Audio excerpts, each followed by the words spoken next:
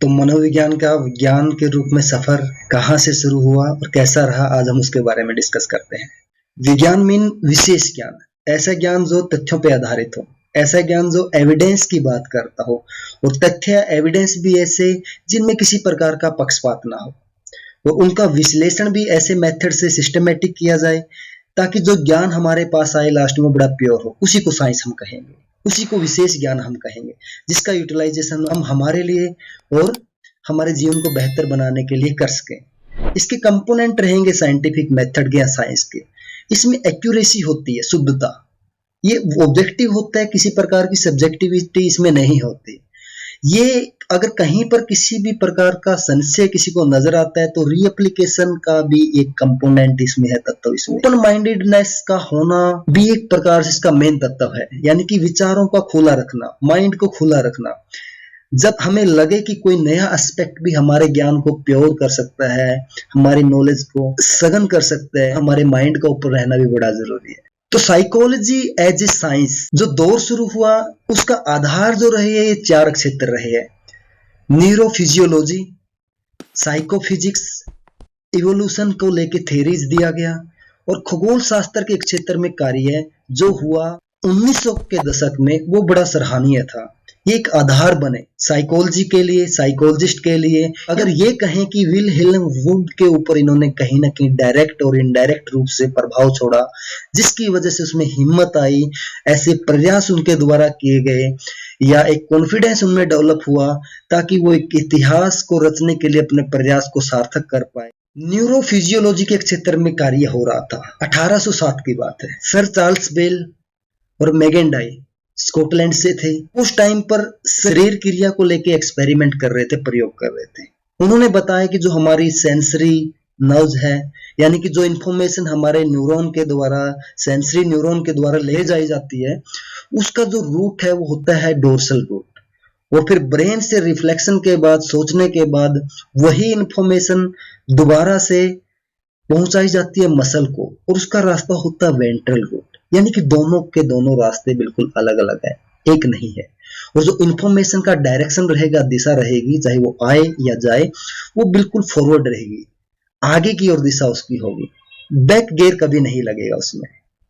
Johannes मुलर, उन्होंने बताया कि स्पेसिफिक एनर्जी होती है हमारे नर्व्स में, न्यूरॉन में, जो मैसेज को लेके जाती है। और खास बात देखिए यहाँ पे, जो हम बात कर रहे थे डायरेक्ट इफेक्ट किसका रहा होगा, विलहेल्म वुड और हेल्म होल्ज दोनों ही जोहान्स मुलर के स्टूडेंट रहे, शरीर क्रिया के क्षेत्र में कार्य कर रहे थे। ये भी इनके साथ उस टाइम पे मिलकर सीख रहे थे। लुइगी गाल्वानी ने 1791 में, यानी कि इनसे बहुत पहले, एक जिक्र किया था कि हमारी तंत्रिकाओं में, हमारे नर्व्स में एक आवेग होता है, और जिसका नेचर है वो इलेक्ट्रिकल होता है, यानी कि विद्युत की भांति होता है। उसकी जो गति होती है नर्व इंपल्स की, उसको मापा भी नहीं जा सकता, इतनी आवेग से, इतनी गति से वो चलता है। हालांकि ये अलग बात है, 1850 में हरमन हेल्महोल्ट्ज ने बताया कि हम उसको माप भी सकते हैं, और उन्होंने ऐसे कि यंत्र भी बनाया जिसके द्वारा उन्होंने उसको मापा भी। फिर फ्लोरेंस ने कबूतर पर एक एक्सपेरिमेंट किया 1821 में। उन्होंने ब्रेन के पार्ट्स को रिमूव करना शुरू किया कबूतर के, और देखा कि उसके बिहेवियर में क्या चेंजेस आए, और उसके आधार पर उन्होंने ब्रेन के स्थान का निर्धारण किया कि कौन सा स्थान ब्रेन का किस हम प्रकार के बिहेवियर के लिए जिम्मेदार है। फ्रेंच जोसेफ गाल अपने तरीके से इसको एक्सप्लेन कर रहे थे। उन्होंने कपाल मनोविज्ञान यानी कि फेरनोलॉजी का स्थापना किया। हमारे स्कल्प पे, हमारी खोपड़ी पे जो बम्प होते हैं, उभार होते हैं, उसके आधार पर उन्होंने हमारे ब्रेन के कार्यों का निर्धारण किया कि कौन सा कार्य ब्रेन के किस क्षेत्र के द्वारा, यानी कि हमारा बिहेवियर, हमारा व्यवहार ब्रेन के किस क्षेत्र के द्वारा नियंत्रित किया जाता है। और उनके जो शिष्य रहे स्पुर्जिन, उन्होंने तो कमाल कर दिया। भाई साहब ने कहा कि ऐसे 37 फैकल्टीज है जिनसे हम ब्रेन के कार्यों के बारे में अनुमान लगा सकते हैं। हालांकि ये थ्योरी ज्यादा सा चली नहीं, लेकिन दूसरों को इन्होंने स्टिमुलेट किया, उत्तेजित कर दिया ब्रेन के एरिया में कार्य करने के लिए। फिनियस गेज एक ऐसा केस वहां पे आया, अमेरिका के फोरमैन रहे, जिनका एक बहुत ही तगड़ा एक्सीडेंट हुआ। जो पिक्चर आप देख रहे हो बिल्कुल ये उन्हीं की है। इनके फेस से होते लोहे की रोड इनके सर से अंदर से निकल गई। ट्रीटमेंट हुआ, उसके दौरान डॉक्टर्स की टीम ने इनको, फिजियोलॉजिस्ट थे, सर्जन थे, उस दौरान उन्होंने इसको ऑब्जर्व करना शुरू किया, ये ठीक हुए और बाद में इनके दोस्तों के द्वारा बताया गया कि इस व्यक्ति के द्वारा यानी कि हमारे दोस्त के द्वारा अब वो पहले जैसा बिहेव हमारे साथ नहीं किया जाता, उनके बिहेवियर में टोटली चेंज आ गया है। भाई साहब चिड़चिड़े हो गए हैं, भाई साहब छोटी छोटी बातों पे हमें गाली देना शुरू कर दिया है।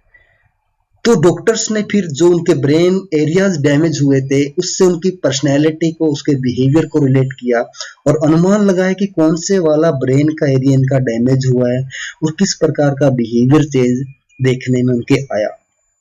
पॉल ब्रोका 1861 में उन्होंने स्पीच का एरिया ही ढूंढ निकाला कि ब्रेन में कौन सा एरिया है जो स्पीच के लिए जिम्मेदार है। व्यक्ति जो भी बोलता है, जो भी कम्युनिकेट करता है, उन्होंने स्थान बताया कि हमारा जो फ्रंटल आगे वाला लोब होता है उसके लेफ्ट साइड में वो एरिया है, तो इसको ब्रोका एरिया बोला गया।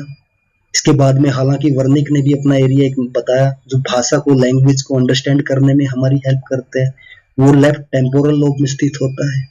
जॉन स्टुअर्ट मिल भी 1869 में मेंटल केमिस्ट्री की बात कर रहे थे, यानी कि हमारे ब्रेन में जब भी कोई विचार हमारे मन में आता है तो ब्रेन में केमिकल, रासायनिक चेंज होते हैं। तो ये सारी की सारी घटनाएं जो ब्रेन से रिलेटेड हुई, जो ब्रेन में होने वाले परिवर्तन से रिलेटेड हुई, बायोलॉजी के क्षेत्र में एक अग्रणी घटना ये रही जो सपोर्ट किया आने वाले टाइम में साइकोलॉजी में बायोलॉजिकल बेसिस ऑफ बिहेवियर को।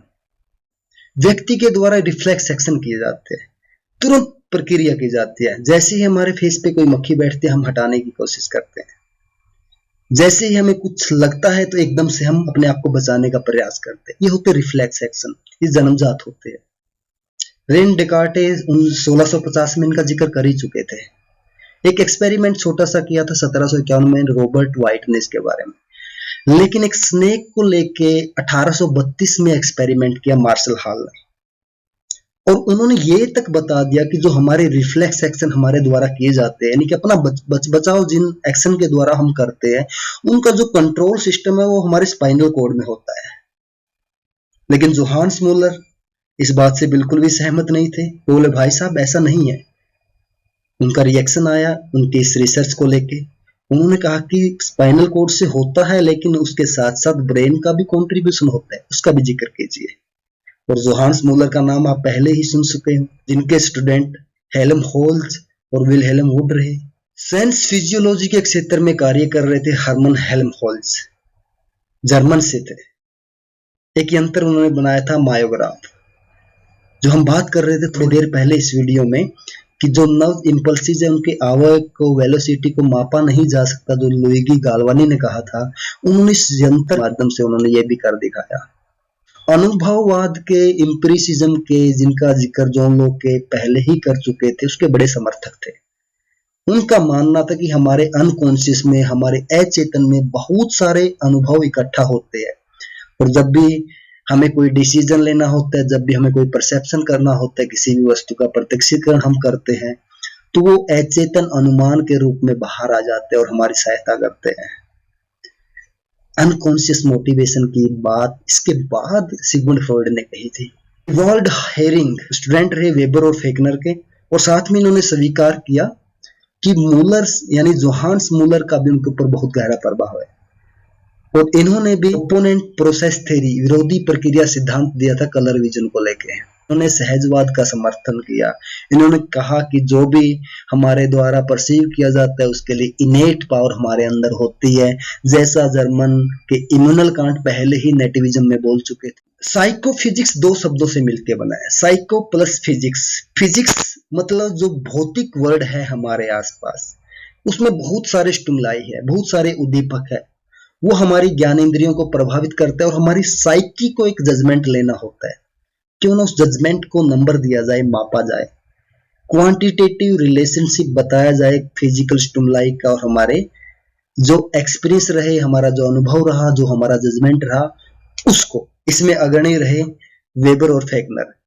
वेबर के जो एक्सपेरिमेंट रहे उन्होंने टेम्परेचर, टच और मसल सेंस को लेके किए। जस्ट नोटिसेबल डिफरेंस को लेके उन्होंने बात कही, और वेबर लॉ उन्होंने एक दिया।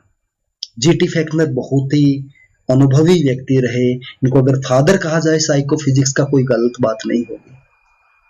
फिलोसफर भी ये थे, भौतिक शास्त्री भी ये थे, साइकोफिजिक्स का फादर इनको कहा जाता है।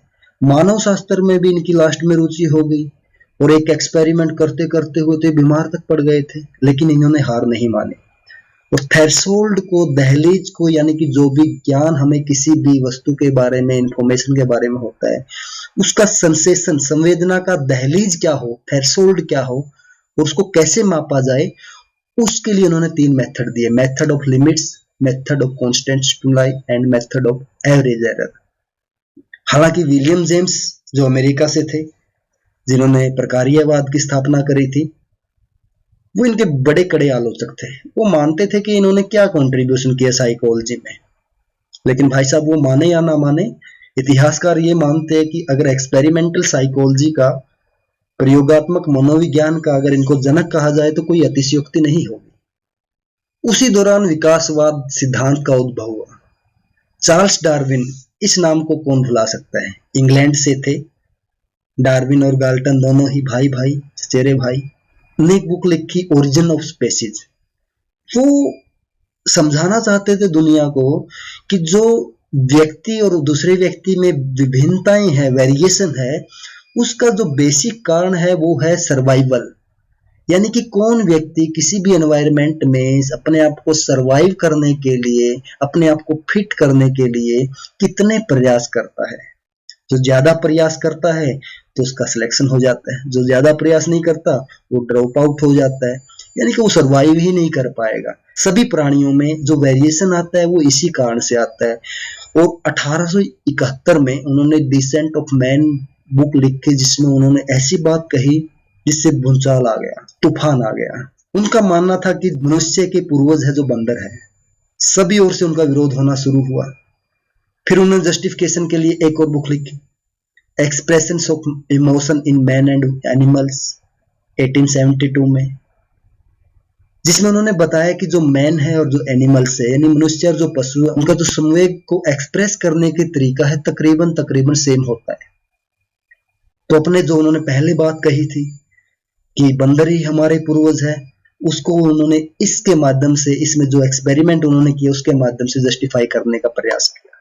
सर फ्रांसिस गाल्टन, इनके चचेरे भाई थे। गाल्टन भाई साहब कहते थे कि जीन्स ही निर्धारित करेगी कौन जीनियस है, यानी कि मानसिक शक्तियां कुछ हमें विरासत के रूप में मिलती है हमारे पूर्वजों से, उसका उन्होंने जिक्र किया। व्यक्ति व्यक्ति से भिन्न क्यों है, इसके बारे में भी उन्होंने बात कही।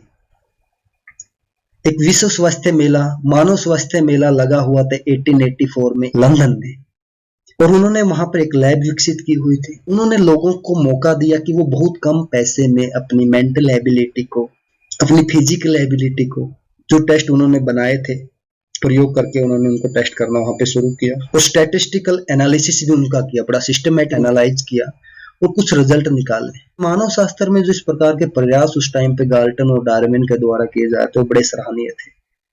बड़ा सपोर्ट किया उन्होंने साइकोलॉजी को। एसोसिएशन मेथड यूज किया गाल्टन 1875 में, और उन्होंने एक लिस्ट बनाई 75 वर्ड्स की, जिसके लिए खुद सब्जेक्ट बने और एसोसिएशन के माध्यम से उनको खुद ही बताना था कि उनके दिमाग में कौन से 2 वर्ड आए। वो वर्ड के रूप में भी आ सकते थे और इमेज के रूप में भी आ सकते थे। इस बात से बड़े प्रभावित हुए विल्हेल्म वुड, और उनका इंट्रोस्पेक्शन मेथड इसी पे आधारित है। Free association method Sigmund Freud ने अप्लाई किया बाद में, वो यहीं से प्रेरित है। तो इनका बड़ा कंट्रीब्यूशन रहा साइकोलॉजी के फील्ड में। 18वीं शताब्दी के अंत में एक घटना घटी ग्रीनविच में, जिसको नाम दिया गया मैस्केलिन किनेब्रुक इवेंट। मैस्केलिन बड़े ही जाने माने भूगोल शास्त्री थे। एस्ट्रोनॉमी के फील्ड में एक घटना घटी थी, और उनके सहायक के रूप में उनके लैब में कार्य कर रहे थे किनेब्रुक। किनेब्रुक को कार्य दिया गया था कि आप ग्रहों के उगने का और उनके डूबने का टाइम नोट करो। इस दौरान उनसे बड़ी सारी गलतियां हुई। मैस्केलिन भाई साहब को लगा कि ये व्यक्ति ध्यान से अपना कार्य नहीं कर रहा है। उन्होंने किनेब्रुक को नौकरी से हटा दिया, डांटा, फटकारा और बोला कि चले जाइए भाई छोड़ के यहाँ से, आपके बस की बात नहीं है, इतना इतना अंतर कैसे आ गया, आपका ध्यान कहाँ पे है। कुछ टाइम के बाद 1822 में घटना को छापा गया किसी आर्टिकल में। जर्मन के खगोल शास्त्री बेसल का उस पर ध्यान गया। फिर उन्होंने इसका साइकोफिजिकल एक्सप्लेनेशन इस घटना का, इवेंट का किया। उनको समझ आया कि बेचारे किने बुरुकत को इसमें कसूर ही नहीं था। कारण निकल के आया कि रिएक्शन टाइम है किसी भी व्यक्ति का बड़ा अलग होता है। फिर बाद में डच के जो फिजियोलॉजिस्ट थे डॉन्डर्स, 1868 में उन्होंने पहला एक्सपेरिमेंट किया रिएक्शन टाइम को लेके। रिएक्शन टाइम मतलब जो भी स्टिमुलस आता है एनवायरनमेंट से, उसके प्रति जो भी हमारी प्रतिक्रिया होती है, उसके बीच के टाइम कितना होता है, और वो सबका भिन्न होता है, सबका अलग होता है। और उन्होंने 3 प्रकार के रिएक्शन टाइम बताए, टाइप्स 3 बताए उनके, सिंपल, चॉइस और डिस्क्रिमिनेशन। इस घटना का बड़ा प्रभाव रहा डायरेक्ट रूप से अगर कहें तो हम विल्हेल्म वूह पर, जो हेल्महोल्ट्ज के वहां असिस्टेंट का कार्य कर रहे थे पहले, और छोड़कर इंडिपेंडेंट रूप से अपना कार्य करने के लिए निकल चुके थे, मन बना चुके थे। तो ऑब्जर्व भी कर रहे थे कि आसपास क्या चला हुआ है, और साथ में अपने स्किल को और साफ किए जा रहे थे, और तेज किए जा रहे थे, और अपने आप को निपुण बनाते जा रहे थे। फिर उन्होंने 1873 में एक बुक लिखी, principles of physiological psychology. Helmholtz Wundt का एक औपचारिक स्टेटमेंट आया 1874 में। The book which I have presented to the public is an attempt to mark out a new domain of science. Science के क्षेत्र में एक नया डोमेन, एक नया सब्जेक्ट मैं लेके आ रहा हूँ। जो बुक मैंने लिखी है उसमें इसको मैंने मार्क आउट किया, उसमें इसमें इंगित किया है। The new discipline rest upon anatomical and physiological foundation, यानी कि इस सब्जेक्ट का, एक विषय का जो आधार होगा, साइकोलॉजी की बात कर रहे थे, वो शरीर क्रिया और शरीर रचना विज्ञान होगा। आगे उन्होंने ये भी दावा किया कि the experimental treatment of psychological problem must be pronounced from every point of view to be in its first beginning, यानी शुरुआत से ही साइकोलॉजिकल प्रॉब्लम जितनी भी होती है, हम उनका एक्सपेरिमेंटली ट्रीटमेंट करने के लिए अब तैयार हैं। तो इस स्टेटमेंट से जो इस बुक को लेकर विल्हेल्म वुड ने दिया, इससे आप उनके इरादों को तो समझ सकते हैं कि वो बात किसकी कर रहे थे, साइकोलॉजी की कर रहे थे। कब कर रहे थे? 1874 में, कि एक साइंस के रूप में अब विकसित होने जा रहा है, और मैंने वो उस बुक में उसको इंगित भी कर दिया है। तो अगर हम ये कहें कि मनोविज्ञान की पहली प्रयोगशाला विज्ञान के रूप में मनोविज्ञान की शुरुआत थी, कोई गलत नहीं होगा। और आज मनोविज्ञान आत्म निरीक्षण विधि, इंट्रोस्पेक्शन मेथड, जो कि विल्हेल्म वुड ने दिया था, वहां से होते हुए व्यवहारवाद के माध्यम से जो वाटसन ने शुरू किया था, और आज कोग्निटिव साइंस, कोग्निटिव अप्रोच तक आ गया है, जिसमें आज MRI, fMRI ऐसी बहुत सारी टेक्निक का जिक्र करते हैं। यानी कि बिहेव जो भी व्यक्ति के द्वारा किया जाएगा, उस दौरान उसके ब्रेन में क्या चेंजेस आए, इन टेक्निक के द्वारा बगैर किसी प्रकार का इन्वेड किए, बगैर किसी प्रकार का घुसपैठ किए, आसानी से पता लगाया जा सकता है कि ब्रेन का कौन सा पार्ट इन्वॉल्व है। और आज मनोविज्ञान ऐसी जगह पे है जो आसानी से वो व्यवहार का वर्णन भी कर सकता है, उसकी व्याख्या भी कर सकता है, उसके बारे में भविष्यवाणी भी कर सकता है, माने पर उसको शेप भी दे सकता है, और जो बिहेवियर कंट्रोल करना है उसको नियंत्रित भी कर सकता है।